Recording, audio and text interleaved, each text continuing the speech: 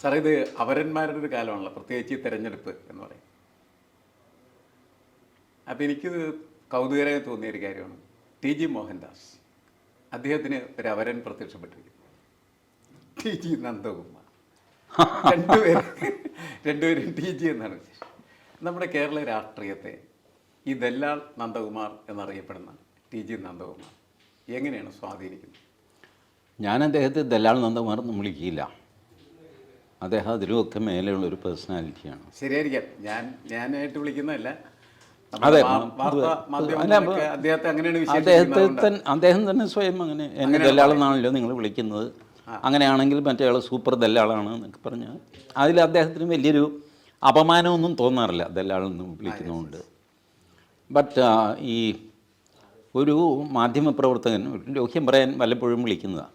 അങ്ങനെ വിളിച്ചപ്പോൾ ഞാൻ പറഞ്ഞു, ഞാൻ പിണറായി വിജയൻ എന്നെ വിളിച്ചിട്ടൊരു 5 കോടി രൂപ എനിക്ക് തന്നു, ഇത് കൊണ്ടുപോയി നരേന്ദ്രമോദിക്ക് കൊടുത്തിട്ട് ഒരു കാര്യം സാധിച്ചു തരണം എന്ന് പറഞ്ഞു.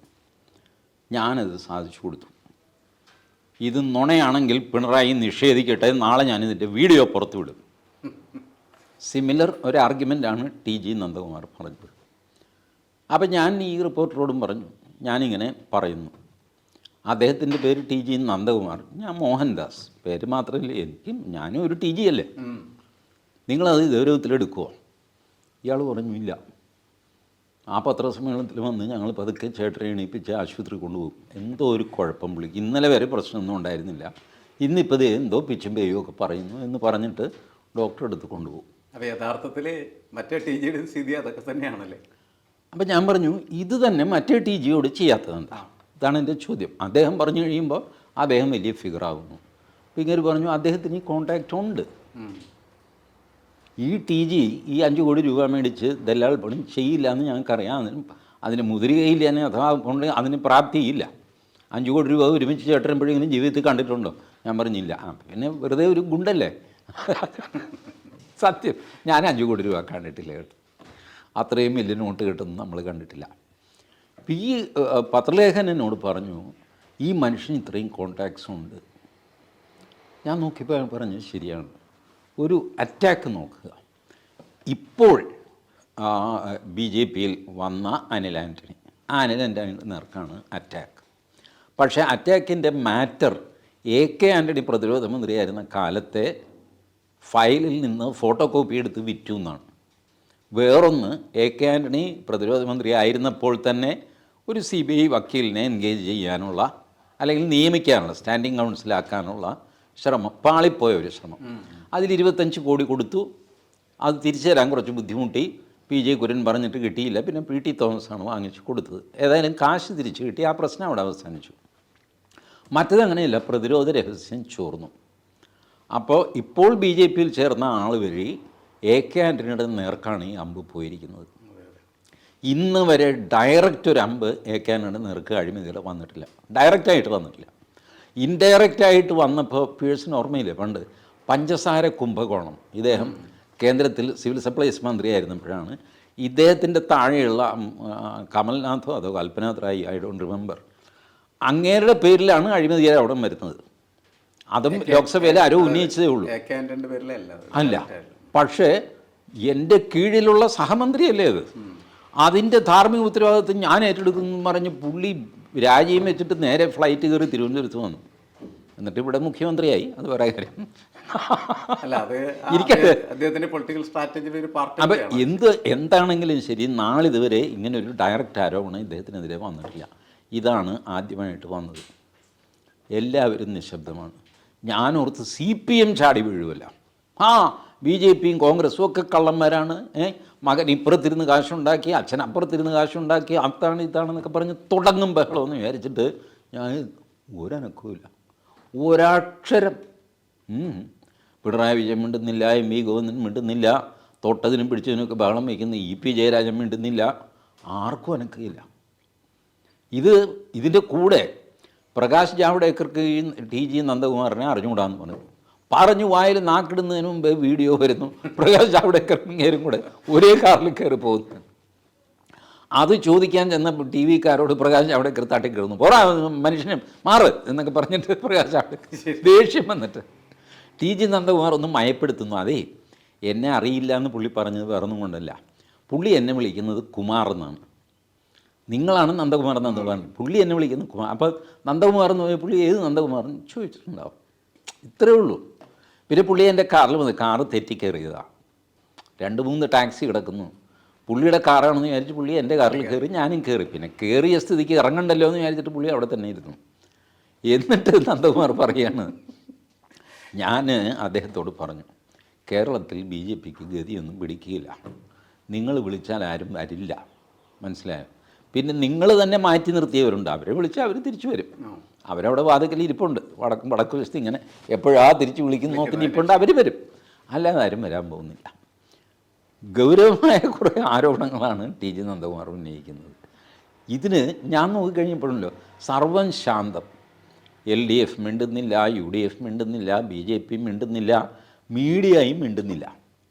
മീഡിയ ഈ കോലും കൊണ്ട് ഇതിൻ്റെ പിന്നാലെ, ഈ സ്റ്റോറിയുടെ പിന്നാലെ നടക്കണ്ടേ, അവർ നിർത്തി. എന്താ രീതിയിലേക്ക് രഹസ്യം? ഞാൻ ഒരു കാര്യം പറയട്ടെ, ടി ജി നന്ദകുമാർ ഒരു ചില്ലറക്കാരനല്ല. അതുകൊണ്ടാണ് തുടക്കത്തിൽ ഞാൻ പറഞ്ഞത്, ദല്ലാൾ എന്നൊക്കെ പറഞ്ഞ ചെറിയൊരു മനുഷ്യനായിട്ട് അദ്ദേഹത്തെ കാണരുത്. കേരള പൊളിറ്റിക്സിൻ്റെ നിയന്ത്രണം നന്ദകുമാറിൻ്റെ കയ്യിലാണ്. നന്ദകുമാർ വിചാരിച്ചാൽ കൊടുങ്കാറ്റ് അടുപ്പിക്കാൻ പറ്റും, നന്ദകുമാർ വിചാരിച്ചാൽ അത് നിർത്തിവെക്കാനും പറ്റും. പണ്ട് ശിവാജി ഗണേശന് വേണ്ടി TM സൗന്ദരരായൻ പാടിയ പാട്ടുണ്ട്, നാനസയും അഖിലമെല്ലാമേ എന്ന് പറയുമ്പോൾ ഈ കടലിലെ തിരയുണ്ടല്ലോ, ഇത് പൊങ്ങിയിട്ട് അങ്ങനെ നിൽക്കുന്നു. അതാണ് എൻ്റെ പവർ. ശിവൻ്റെ ഇതായിട്ടാണ് കാണിക്കുന്നത്. ഞാൻ വീശിയ കാറ്റിന് ഇങ്ങനെ ആടിയ തെങ്ങ് അതുപോലെ നിൽക്കുന്നു, ഫ്രീസായി പോകുന്നു. ഇതുപോലെ കേരള പൊളിറ്റിക്സിനെ സ്റ്റാൻഡ് സ്റ്റില്ലാക്കാനും വീണ്ടും ചലിപ്പിക്കാനും കഴിവുള്ള മനുഷ്യനെ വെറും ദല്ലാൾ എന്നുള്ള പേര് പറഞ്ഞ് ആക്ഷേപിക്കരുത്. I have, in fact, I admire that man. ഈ രാഷ്ട്രീയം ഇങ്ങനെ ഇരിക്കുമ്പോൾ ഇതിനെ കൺട്രോൾ ചെയ്യാനുള്ള സാമർഥ്യം ഉണ്ടാകും. നിസ്സാര കാര്യമല്ല ഇത്രയും നേതാക്കന്മാരെ മാനേജ് ചെയ്യുക. LDF, UDF, CPM 3 പേരെയും നിശബ്ദരാക്കുക. 3 പേരും എപ്പോൾ വാതുറക്കണം എന്ന് ഇനി വീണ്ടും ടി ജി നന്ദകുമാർ തീരുമാനിച്ചാൽ ഇവർ തുറന്നിരിക്കും, തുറക്കേണ്ടി വരും. അതാണ് അല്ല, കേരള രാഷ്ട്രീയം എന്ന് പറയുന്നത് ഇങ്ങനെയൊക്കെയാണ് പോകുന്നതെന്നാണ് നമ്മൾ മനസ്സിലാക്കേണ്ടത്. അതിൽ വലിയ സ്വാധീനം ചെലുത്താനായിട്ട് നന്ദകുമാറിന് കഴിയുന്നുണ്ട് എന്ന് പറഞ്ഞാൽ രാഷ്ട്രീയത്തെ നല്ല ബിസിനസ്സാക്കി മാറ്റിയിരിക്കുന്നു. അതിൽ നമുക്കിപ്പോൾ ഇടതുപക്ഷമെന്നോ കോൺഗ്രസ് എന്നോ BJP എന്നോ പറയാൻ പറ്റാത്ത ഒരു അന്തരീക്ഷമാണ് ഈ വിഷയത്തിലൂടെ യഥാർത്ഥത്തിൽ പൊങ്ങി വന്നിരിക്കുന്നത് എനിക്ക് തോന്നുന്നു. നാളെ ഇത് സംഭവിക്കുന്നത് നമ്മളുടെ ഈ NN വോറ കമ്മിറ്റി എന്ന് പറഞ്ഞിട്ട് ക്രിമിനലൈസേഷൻ ഓഫ് പൊളിറ്റിക്സ് പഠിക്കാനൊരു കമ്മിറ്റിയെ വെച്ചിട്ടുണ്ട് കേന്ദ്ര സർക്കാർ. ആ കമ്മിറ്റി സ്റ്റെപ്പ് ബൈ സ്റ്റെപ്പായിട്ട് പറയുന്നുണ്ട് എങ്ങനെയാണ് ക്രിമിനൽസ് പൊളിറ്റിക്സിലേക്ക് കയറിയത്. ആദ്യം പൊളിറ്റീഷ്യൻസ് ക്രിമിനൽസിനെ ഉപയോഗിക്കുന്നു, മെല്ലെ ക്രിമിനൽസ് പൊളിറ്റീഷ്യൻസിനെ ഉപയോഗിക്കുന്നു, കുറച്ച് കഴിയുമ്പോൾ പൊളിറ്റീഷ്യൻസിനെ മാറ്റിയിട്ട് ക്രിമിനൽ നേരിട്ട് അങ്ങ് പൊളിറ്റിക്സ് കളിക്കുന്നു. ഈ 3 സ്റ്റെപ്പായിട്ടാണ് പറഞ്ഞത്. ഇതുപോലെ നാളെ ഇപ്പോൾ രാഷ്ട്രീയക്കാരെ നിയന്ത്രിക്കുന്ന ടി ജി നന്ദകുമാർമാർ നാളെ നേരിട്ട് പൊളിറ്റീഷ്യൻസായിട്ട് മാറുന്ന ഒരവസ്ഥ വരും. അത് ജനാധിപത്യത്തിൽ അത് പോസിബിളാണ്. നിങ്ങൾക്ക് ഒരു സ്ഥാനാർത്ഥി ഒരാൾ നിന്ന് കഴിഞ്ഞാൽ നിന്നതാണ്, ഇല്ല എന്നൊന്നും പറയാൻ പറ്റില്ല. നമ്മളെ കൺമുമ്പിൽ ഇതുപോലെ പലരും നിൽക്കുന്നുണ്ട്, അവരുടെ പേരൊക്കെ പറഞ്ഞ് വേണ്ടാത്ത മാനനഷ്ട കേസ് വരുത്തണ്ട.